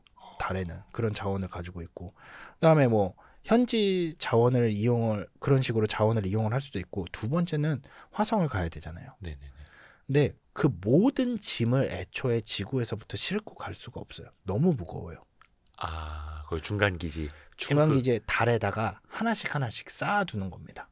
창고. 네, 창고처럼 계속 쌓아뒀다가 거기서 이제 달에는 중력이 약하니까 거기서 화성으로 가는 거죠. 심우주 탐사를 위한 전초기지 역할을 달이하는 겁니다. 이야. 그렇기 때문에 그 두 가지 의미에서 이제 많은 국가들이 달에 다시 한번 이거는 활용의 재발견이다. 이래서 뭐 모든 국가들이 이제 달 탐사를 가려고 하고 있고, 옛날에 달 탐사를 갔던 이유는 아무 과학적 목적이 사실은 없었어요. 우선은 그냥 간다는 것 자체. 간다는 것 자체가 의미 있었고, 우리가 미국과 그 당시엔 미국과 소련이었죠. 예. 미국이 소련보다 이 우주과학 기술이 훨씬 낫다라는 걸 보여주기 위함이었지 어떤 과학적인 목적을 가지고 크게 갔던 거는 아닙니다. 물론 간 김에 월석도 가지고 오고 기념품처럼 그렇기는 했지만 심우주 탐사를 위한 전진기지가 될 수 있고 다양한 또 자원도 있는 거고. 근데 맞아요. 자원을 갖고 오는 데는 그냥 먼저 가서 먼저 퍼오는 놈이 가는 거야? 이제 규범이 만들어져야겠죠. 없잖아요, 규범이. 그쵸. 이제 근데 뭔가 그게 효율적으로 되는 순간에는 없을 수가 없잖아요. 누가 먼저 퍼는 사람이 임자겠어요. 그거는 이제 저쪽에서도 반대를 할 거고, 같은 팀이 같은 약간 우리 얼라이언스라고 하는 그 동맹들? 주요 국가들도 반대를 할 건데, 그러면 규범은 만들어질 수밖에 없을 거거든요. 그런데 문제는 그 규범을 누가 만드냐예요. 누가 주도해서. 근데 이게 지금 이제 환경 규제도 마찬가지고 네. 우선은 먼저 간 놈이 다 퍼오고 네. 다음에 이제 다른 친구들이 가려고 하면 야 이제부터 거기 오염되니까 우리 규범 만들자. 그렇죠. 이럴 수 있잖아요. 그럴 수 있죠. 그렇기 때문에 편이 갈라지고 있는 겁니다. 편. 네. 그렇기 때문에 중국과 러시아를 한 필두로 하는 다른 한 그룹이 있고, 네네네. 일명 아르테미스 협정이라는 것을 통한 미국을 중심으로 하는 여러 국가들이, 지금 한 50개 국가 정도 되는데 여러 국가들이 이렇게 있는데, 생각을 해보면은 미국과 여러 국가들이 만들어내는 규범이라고 하면 전 세계적으로 뭔가 더 당위성이 있지 않겠습니까? 러시아, 중국이 그냥 단독적으로 만들어내는 것보다 약간 독재자처럼 보이잖아요. 그런 거는 국제적으로 인정을 못 받을 확률이 더 높죠.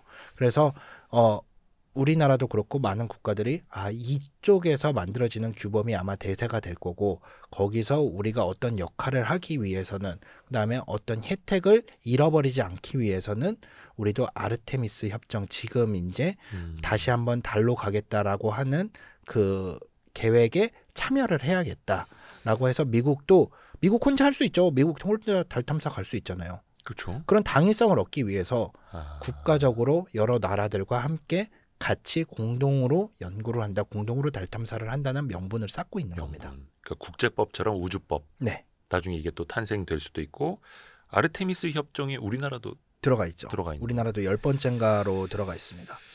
근데 또 나중에는 그럴 수도 있겠네요. 이게 지구에서 전쟁이 벌어지듯이 달에서 전쟁이 벌어질 수도 있는 거고. 있죠. 먼저 저 굴착기하고 땅 파고 있는데 중국이 땅 와갖고 약간 이거 드릴 빼버릴 수도 있는 거고. 그렇죠. 거기서는 또 뭐 인명 피해 이런 것도 없을 테니까. 근데 이거 영화 같은 이야기. 네. 저는 이거 하나 좀 먼저 여쭤봐야 되겠다. 네. 닐 암스트롱이 달에 착륙을 한 게 69년. 맞아요. 1969년. 7월 20일. 그때 이게 전 세계에 생중계가 됐다고 합니다. 네. 그래서 이제 약간 다른 데 라디오로도 나왔었고. 맞아요. 근데 그게 지금 거의 55년 전 아닙니까? 그렇죠. 엄청나게 시간이 지났죠. 한 55년, 56년. 아니 근데 이게 상식적으로 반 100년 전에 달에 사람이 갔는데 2024년 기술로는 왜 달에 사람이 못 가느냐? 이 질문은 저희 동네 초등학생들도 하고 있거든요. 저도 엄청나게 많이 들었거든요. 이거는 어떻게 설명을 해야 돼요? 일단은 기술이고 뭐고 어떤 것들도 다 뭐가 전제가 돼야 되냐면은, 우리 여기 지금 경제방송, 투자방송이지 않겠습니까? 돈이 전제가 돼야 됩니다. 아폴로 시대 때 그 아폴로 미션에 들었던 돈은 국방비나 뭐 이런 거와 상관없이 연방 예산, 당시에는 연방 예산의 거의 4%를 차지를 했어요. 어마어마한 거죠. 한 프로젝트가 국가 예산의 4%를 먹는다는 거는 거의 국방비 수준이에요. 정말로. 1년치. 네. 1년치 국방비 수준이에요. 그렇게 돈을 많이 들이면은 사실은 안 되는 일은 없다는 거는 우리 알고 있잖아요. 그래서 갈 수는 있었죠. 왜냐하면은 뭐 모든 역량과 모든 기술들을 거기에 집중을 했기 때문에. 그러면은 그때 갔지 않냐? 그때의 기술로 지금도 갈 수 있지 않겠냐? 그때는 컴퓨터가 그렇게 좋았던 것도 아니고, 그때는 뭐 정말 메모리가 몇 킬로바이트 막 이럴 때인데, 그때 갔던 기술로 당연히 지금 몇 배가 좋아졌고 AI라는 기술들도 있고 엄청난 기술이 있는데 왜 가냐. 문제는 방금 말씀해 주신 시간이 문제예요. 55년이 흘렀다는 게 가장 큰 문제입니다. 단절이 있었다는 거예요. 아니, 그 기술들을 어디 뭐 서류에 써가지고 캐비넷에 넣어놓고 그쵸. 다시 꺼내서 보면 안 돼요? 그게 큰 기술들은 그렇게 남아있어요. 예. 근데 노하우라는 게 너무나 중요하거든요. 사실은 이 당시 엔지니어들은 대부분 은퇴하거나 돌아가신 분들도 많고 세부 기술, 우리가 흔히 말하는 노하우 기술들은 엄청나게 잘 알려지지 않거나 노하우는 약간 그죠, 감도 그죠. 있을 거고 이 그죠. 감은 어떻게 찾아야 된다 막 이런 것들도 있을 거고 노하우나 아니면 이런 것들이 문서화되어 있는 게 상당히 미비했었어요. 그렇다 보니까 정말 가는데 그때 당시만 하더라도 기계적으로 하고 그때는 거의 많은 자료들이 이제 폐기되기도 하고 기술들을 하고 그다음에 어떤 기술을 개발을 했다가 그 기술을 아예 안 썼기 때문에 상당히 많은 부분이 노화되거나 아니면 처음부터 다시 시작해야 되는 거예요. 그러니까 애초부터 있었던 기술이었지만 어떤 느낌이냐면 우리가 남대문을 만들었잖아요. 예. 남대문이 한번 불탔어요. 근데 남대문을 현대기술로 옛날처럼 정확하게 만들어낼 수가 없는 거잖아요. 그러니까 분명히 우리는 남대문을 만드는 기술들을 가지고 있었어요. 우리 조상들은. 예. 엄청나게 뭐 비도 안 새고 뭐 그런 엄청나게 견고한 남대문을 만들었는데 안타까운 사건으로 불이 났는데 그거를 현대 기술이 훨씬 더 과학 건설 기술 얼마나 많이 발전했습니까? 옛날처럼 재현을 할 수가 없는 거죠. 그런 것과 비슷한 상황이라고 보시면 돼요. 그러면 현대에 있는 기술을 가지고 다시 한번 가야 되는 거고 가장 기본적인 베이스가 되는 거는 우주에서 뭔가를 하는 건 기본적으로 예전이나 지금이나 어렵습니다. 일단 어렵다. 일단 어려워요. 일단 너무나 어려운 기술이다. 이게 참 그 영화에서 보면 그 오래된 전투기나 우주선 이렇게 막 찾아갖고 포장기 벗겨내갖고 맞아요, 먼지 맞아요. 툴툴 털어내고 몇 번 이렇게 끽끽하면 이제 바로 쓸 수 있게 되는데 그런 건 아니고 영화 네. 속에서는 나오는 거. 맞아요. 이쯤 되면 제가 딱 보니까 지금 댓글 몇 개 달리고 있습니다. 네. 그건 이제 음모다. 예를 들어서 닐 암스트롱이 실제로는 가지 않았다. 그렇죠. 깃발이 펄럭이지 않느냐. 네. 아니 근데 궁금한 게 있어요. 그런 음모를 믿어서 네. 나한테 득이 되는 게 뭐지? 그냥 음모가 재밌는 거 아니에요, 그거는? 그럴 수도 있죠. 그러니까 그 왜 불확실의 시대에는 사람들이 확실한 걸 찾고자 한대요. 아이, 그래서 그럼요. 음모론에 또 많이 빠진대요. 네. 근데 지금은 확실한 거를 알아야 우리가 또 제대로 된 곳에 투자를 할 수 있지 않겠습니까? 그래서 일단은 과학적으로 접근합시다. 과학적으로. 그 아르테미스 계획이라는 게 이제 나사가 이거는 국가적으로 맞아요. 추진을 하고 있는 달 네. 탐사 계획이잖아요. 이게 원래는 2024년 계획이었다고요? 아르테미스 미션이라는 거는 시작은 예전 트럼프 정부 1기 트럼프 정부 네. 1기에서부터 시작이 되었죠. 기존에는 버려졌던 다른 임무를 다시 달로 가는 임무를 개선을 해서 트럼프 1기 때부터 시작된 미션이기는 합니다. 아르테미스 미션. 그래서 다시 말해서 아르테미스 미션은 다시 달로 간다. 네. 그래서 그 전에 아폴로 미션이 있었고 그 아폴로 미션의 정신을 이어받아서 아르테미스라고 지었는데 이게 고대 그리스 로마의 신화에 보면 아폴로는 태양의 신이고 아르테미스는 아폴로의 쌍둥이 여동생 달의 여신인 아르테미스거든요. 그래서 그 이름을 거기서 따와서 지은 거고 목표는 이거예요. 달의 기지를 건립을 해서 지금 우주에는 상주를 하고 있는 사람들이 항상 있습니다. 1년 365일. 우주정거장에. 우주정거장에. 예. 목표는 아르테미스 미션을 통해서 달의 기지를 건설을 하고 우주정거장처럼 달에 상주를 할 수 있는 인력을 거주시키겠다는 게 목표예요. 그게 미국이 아니고 꼭 미국이 아니어도 그래서 아르테미스 협정이라는 걸 통해서 국제적인 공동 협력을 통해서 달에 상주하는 인력을 만들겠다. 달에 무언가를 상주를 해야 아까 말했던 뭐 자원 개발이라든지 그 이후에 과학 기술 개발이라든지 아니면은 심우주 탐사를 위한 전초 기지를 만든다든지 이런 걸로 만들 수 있고 달에 무언가 지속적인 임무를 수혈을 할 수 있는 인프라를 건설을 하겠다라는 게 아르테미스 미션의 가장 큰 전체 목표라고 보시면 될 것 같아요. 그래서 그런 목표를 만들기 위해서는 사실은 예전 같으면 미국이 혼자 했을 텐데 좀 정당성이라든지 요즘에는 뭐 미국도 국제적인 협력을 하지 않으면은 어떤 목표를 이룰 수 있는 상황이 아니기 때문에 점점 더 공동체가 되기 때문에 아르테미스 협정이라는 것을 만들어서 지금 한 50여 개 국가가 현재 그 미션에 참여를 하고 있고 어떤 식으로든 뭐 일단은 이름만 올린 국가들도 있거든요. 하지만 우리나라도 그렇고 뭐 다누리호가 달에 아르테미스 미션을 통해서 달 남극에 착륙을 할 때 그 착륙 지점에 여러 가지 정보들을 지금 제공을 하고 있는 것처럼 어떤 식으로든 임무에 기여를 할 것이고 하게 될 겁니다. 그래야지만 나중에 우리가 이제 달 기지 건설이 뭐 현실적으로 벌어졌을 때 어떤 식의 역할을 할 수도 있고 우리의 지분도 요청을 할 수가 있겠죠. 그러면은 그게 2027년으로 미뤄졌다고는 하는데 그 2027년으로 미뤄진 거는 네. 원래 아르테미스 지금 현재 초기 계획은 1호, 2호, 3호가 발사될 예정이에요. 예. 아르테미스 1호 계획, 아르테미스 2차 계획, 3차 계획이 발사가 될 예정이었는데 아르테미스 1호는 이미 발사가 됐습니다. 무인 우주선으로 발사가 돼서 달 궤도를 돌고 돌아왔어요. 근데 아르테미스 2호, 3호까지 계획이 돼 있는 건 뭐였냐면 2호는 이제 사람이 타고 달 궤도를 돌고 오겠다. 3호는 달에 내려주겠다. 착륙을 하겠다. 근데 이제 1호는 무인이었으니까 일단은 수행을 예. 했는데 2호는 사람이 타야 되잖아요. 사람이 타는 거는 차원이 다른 문제입니다. 안정성도 매우 중요하고요. 이제 SLS라는 스페이스 런치 시스템이라는 그 정말 스페이스 X의 스타쉽 같은 이제 그 미션에 사용되는 네. 로켓이 있어요. 예. 그 로켓이 지금 여러 가지 문제점들이 되게 많이 있습니다. 그리고 상당히 비싸요. 상당히 비싸다 보니까 그 문제점들을 여러 가지 해결을 해야 되는데 그 문제점도 해결이 안 되고 있고 또 최근에는 우주복 그걸 입어야 되잖아요. 네. 그 우주복에도 문제가 있다고 뭐 여러 가지 개발 단계에서 있어요. 그래서 저는 이 아르테미스 미션에 결국에는 아까 우리가 얘기했던 스페이스 X의 일론 머스크가 들어올 수밖에 없는 상황일 것 같아요. 결국에는 아유 답답하네. 비교봐. 내가 할게. 이거야. 일론 머스크가. 그럴 수밖에 없을 거예요. 왜냐면은 비용도 너무나 기하급수적으로 정말 밑 빠진 독에 물 붓는 것처럼 비용도 증가하고 있고요. 그다음에 그 붓는 돈에 비해서 효율도 너무 떨어지고 있고 그 반면에 정말 안정적인 시스템을 가지고 있잖아요.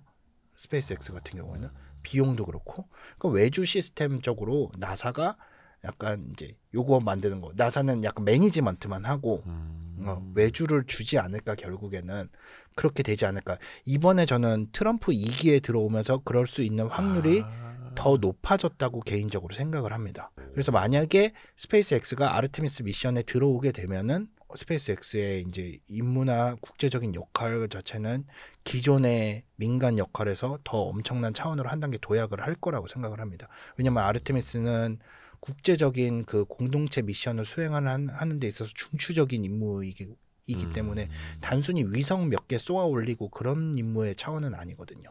되게 많은 중요한 의미를 담고 있는 미션이기 때문에 스페이스 X는 들어올 수밖에 없을 것 같고 일론 머스크가 달 탐사를 욕심 안 낼 사람은 아니죠. 아니고 이미 계약은 돼 있어요. 아르테미스 미션과 착륙선으로 달에 착륙을 해야 되잖아요. 뭔가 이제 물리적인 지원을 네, 달의 착륙선으로 이미 아르테미스 미션이 시작될 때부터 스페이스 X와 계약은 돼 있습니다. 근데 현재는 달 착륙선만 계약이 돼 있는데 결국에는 이제 지금 사용되고 있는 그 오리온이라는 네. 달 탐사선이 있어요.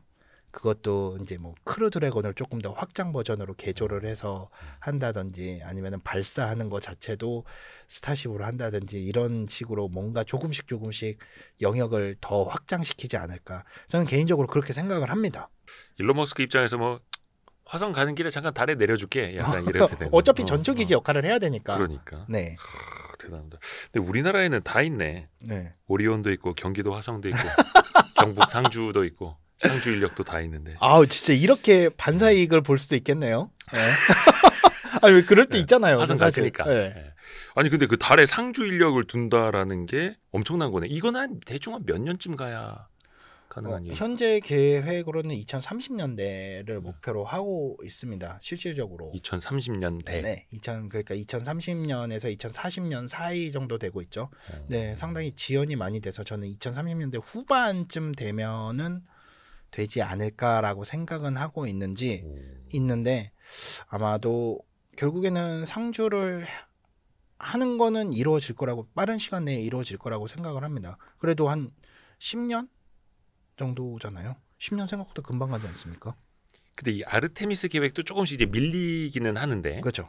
중국이 그 유인 탐사선을 달에 보낸다는 게 30년? 30년 초반, 31년 뭐 그렇게 되죠. 그러니까 예. 달에 갈 수는 있죠. 아르테미스 미션은 지금 목표대로라면은 2028년, 2029년쯤에는 아르테미스 3호 미션이 달에 착륙을 하는 게 목표니까 네네.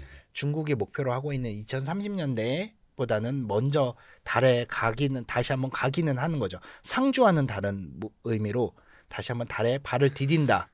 그러면은 유인 탐사선 이제 닐 암스트롱처럼 두 발로 딛는 거는 일단 요거는 미국이 더 당연히 빠를 거고. 아르테미스 미션이 빠를 건데 이 착륙을 하기 위해서는 스타쉽이 필요합니다. 왜냐하면 착륙선 계약을 스타쉽과 했기 때문에. 네네네. 그러니까 이 스타쉽도 빨리 지금 여러 테스트를 거쳐서 안정성을 확보를 해야 되고 사람을 태워야 되니까 안정성을 확보를 해야 되는 거고 그 사이에 중국은 지금 유인 우주선과 관련된 여러 가지 임무들을 꾸준히 수행을 하고 있어요.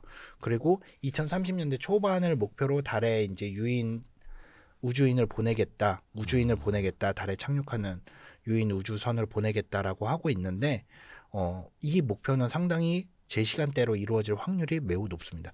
놀랍게도 중국의 우주 탐사 임무에는 딜레이가 거의 없습니다. 그게 가장 놀라운 부분이에요. 그러니까 계획대로 밀어붙이고 안 되는 것도 되게 하는데 안정성을 확보를 해서 하고 있습니다. 그래서 놀라운 거는 진짜 놀라운 거는 중국의 우주 임무에는 딜레이가 거의 없어요. 그래서 중국은 간다고 하면은 아마 거의 그 시간에 맞춰서 가지 않을까라고 생각을 합니다. 그게 무서운 거죠. 그러니까 약간 자본주의 사회에서는 약간 좀 안 되면 좀 미루자. 돈이 조달이 안 됐어. 안정성이 확보가 안 됐어. 좀 기다려봐. 이건데 중국은 그냥 일단 까라면 까는 식으로 약간 하는 거고요. 52시간 빨리 이래 이렇게 되는 거. 그렇게 되는 거죠. 야 무섭네요. 네. 근데 이제 중국도 보면은 그 창어 6호 얼마 전에 2024년 6월이었을 겁니다. 네네. 달의 뒷면 맞아요. 네, 착륙을 한 거잖아요. 달의 뒷면에 착륙도 하고 뭐 샘플도 긁어왔다고. 흙도 가지고 온 거죠. 달의 뒷면에 외계인이 있다고 그랬었는데. 있을 것 같습니다. 없겠죠. 네, 못 봤으니까 아무도 못 봤으니까. 그리고 또 희한한 게 그럴 수밖에 없는 게 달의 뒷면에 가면은 우리 지구와 통신이 안 됩니다. 달의 뒤에 이제 가려져 있으니까. 거기 가면은 통신이 끊겨지는 블랙아웃 지역들이 있어요. 그러다 보니까 이거 좀 재밌다. 그 지역에 가면은 외계인이 뭐 이렇게 그 사이에 외계인 만나고 있으면서 말은 안 해주는 그렇게 될 수도 있죠. 그래서 옛날에 아폴로 13호라는 영화가 있었습니다. 맞아요. 아폴로 13호라는 영화에 보면은 그 달 이렇게 스윙바이 하면서 다시 지구로 돌아올 때 달 뒷면을 이렇게 지나서 오는 장면이 있거든요. 거기에 보면은 휴스턴하고 통신이 잠깐 몇 분 동안 끊긴다. 약간 그 장면이 있어요. 그래서 달로 가면은 이제 거의 끊기는 거죠. 아폴로 13호 영화가 저 초등학교 때 나온 걸로 기억하는데. 아닌가? 맞아요. 한 그때쯤에 94년도, 96년도. 맞아. 저 어릴 적에 보다가 잠들었거든요. 맞아요. 그때는 너무 어려웠어. 근데 저는 너무 재밌게 봤어요. 지금 최근에도 봤거든요. 아폴로 13호 그 영화 그때 그거 맞나? 그 톰 행크스 나오고. 그러면 그 이후인가? 언제 봤지? 헷갈린다. 아무튼 90년대 영화기는 합니다. 90년대 맞나요? 네. 다시 한번 봐야겠다 이거. 네. 별표 쳐놔야지. 이 진짜 재밌어요. 아폴로 13호가. 그리고 디테일이 그 무전한 기록들이 있잖아요. 진짜로 아폴로 실화 때 무전한 기록들 그 기록들을 바탕으로 그다음에 아폴로 13호 같은 경우에는 사고가 난 거기 때문에 모든 기록들을 다 진짜 디테일하게 아까 우리 약간 세부적인 노하우들은 다 폐기를 했다고 그러는데 그것들은 또 희한하게 남아 있어요. 사고였기 때문에. 그런 노하우들은 다 남아있어서 아폴로 13호는 정말 시간대별로 그때 있었던 모든 상황들이 거의 다 100% 재현이 됐다고 보시면 될 것 같아요. 그 원래 미국에서는 이제 13일의 금요일잖아. 13이라는 숫자 잘 안 좋아하는데 그 이후로도 더 많이 좀 심화가 됐다고. 출발한 날도 제가 알기로는 13일의 금요일로 알고 있습니다. 아폴로 13호가. 그래서 더더욱이. 그러니까 왜 우주 뭐 할 때도 왜 4호 뭐 이런 거 빼고 막 이런 거 있잖아요. 맞아요. 부정 탈까봐. 이게 또 엄청난 돈이 들어가는 거니까. 엄청난 돈이 들어가죠. 아니 그러면은 일단은 중국은 달 뒷면을 갖고 그들이 뭐 공개한 게 있습니까? 달 뒷면에 이런 게 있더라 이런 일단 달 뒷면을 우리가 잘 보기 어려운 이유는 조석 고정이라고 그래서 우리는 항상 달의 앞면만 보게 돼 있어요. 달의 자전하고 공전 속도가 같기 때문에 그러다 보니까 달 뒷면이 가기도 어렵고 통신이 일단 잘 안 된다는 거는 착륙을 해야 되는데 통신이 어렵잖아요. 그 메시지를 넣어야 되는데 약간 야 지금 착륙해라, 지금 뭐를 해라. 음. 근데 이제 그게 안 되니까 고도로 프로그래밍이 된 뭐 스스로 지형을 파악하면서 이렇게 내려가면서 스스로 판단을 해가지고 착륙을 해야 되는 그런 시스템도 갖춰줘야 되고, 그래서 달 뒷면에 가기가 어렵습니다. 그리고 달 뒷면 같은 경우에는 크레이터들도, 그러니까 그 파져 있는 땅 파져 있는 거. 크레이터 구덩이죠. 예, 구덩이. 구덩이도 엄청나게 많아요. 그리고 대부분 높은 지형이에요. 우리가 흔히 말하는 토끼 모양 있는 지역은 이제 바다라고 그래서 달의 바다라고 그래서 저지대 지형인데 그런 지형이 거의 없어요. 달의 토끼가 이제 뒷면은. 방아지를 하는 그런 게 없다고? 그 검은 지형들 있잖아요. 네네네. 우리 검은 지형을 보고 토끼다, 모양으로. 뭐 개 모양이다 이렇게 말을 하는데 그런 지형들이 거의 없어요. 다 고지대고 크레이터들도 엄청 많아요. 달의 바다 같은 경우에는 넓고 평평한 지역이잖아요. 물은 없는데 바다라고 하는. 네네네. 저 지역이 저지대니까 바다라고 부르는 거예요. 그럼 이게 등고가 심한 거예요. 어느 정도는 있죠. 한 뭐 많으면은 몇 킬로까지도 있죠. 1, 2킬로. 네. 오, 그래요? 네. 거의 산 높이만큼. 네, 있죠. 그래서 그러면은 뭔가 잘못 착륙하면은 넘어질 수도 있고. 근데 넓은 평야이기 때문에 그냥 우리 평야도 분지라고 생각을 하시면 돼요. 분지에 분지 내리면 같은 되는. 분지에 내리면 되는. 근데 거기는 이제 높은 지형이기도 하고 크레이터도 많고 이러다 보니까 지형이 험준하죠. 그래서 착륙하기도 어렵고 사실은. 근데 그럼에도 불구하고 중국은 착륙도 했는데 그 뒤에 지형에 보면은 달 뒷면 같은데 보면은 자원들이 뭐 알루미늄이라든지 이런 것들이 되게 많은 걸로 알려져 있거든요. 자원이 더 많다. 네. 왜냐면은 궤도선 같은 거는 돌면서 달 뒷면을 볼 수가 있으니까 이미 어느 정도 이제 뭐 카메라라든지 아니면은 여러 가지 자기장이라든지 여러 가지 방법들을 통해서 어느 정도 어떤 자원이 있을 거라고 추측은 할 수가 있는데 알루미늄이라든지 이런 것들이 있고 화산 활동도 되게 적은 걸로 알려져 있어요. 그러다 보니까 이제 앞을 우리 탐사하는 것과 뒷면을 탐사하는 것은 조금 다른 문제거든요. 근데 이거를 해냈다? 이것도 대단한 거고, 그래서 달의 뒷면에 샘플을 가지고 왔다? 이거는 또 처음인 거죠. 근데 중국이 공개를 잘 안 해요.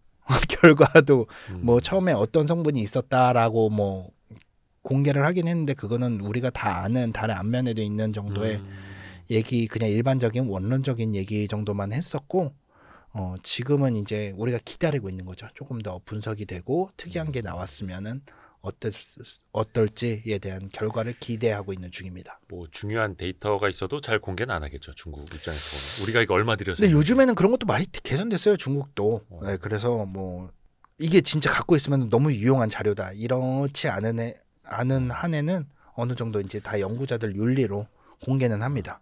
달의 뒷면에서 외계인 만났는데 공개 안 할 수도 있고. 그거는 안 할 수 있죠. 토끼 2마리 잡아왔는데 이제 절구질 안 한다고 막 이럴 수도 있고. 그럴 수 농담이 있죠. 되고 농담이 네. 되고 또 음모론에 빠지면 안 되니까. 안 됩니다. 근데 이게 항상 우리 입장에서 봐서 그런데 달의 뒷면만 밝게 빛나고, 그러니까 앞면만 밝고 뒷면은 어두울 거야라고 우리 입장에서 생각하잖아요. 그렇죠. 근데 달의 뒷면도 그러면 태양빛은 비칠 거고. 그럼요. 그렇죠. 거기 밝은 거죠. 네, 왜냐면은 달의 앞면이 낮인 동안은 달의 뒷면이 밤인 거고, 네.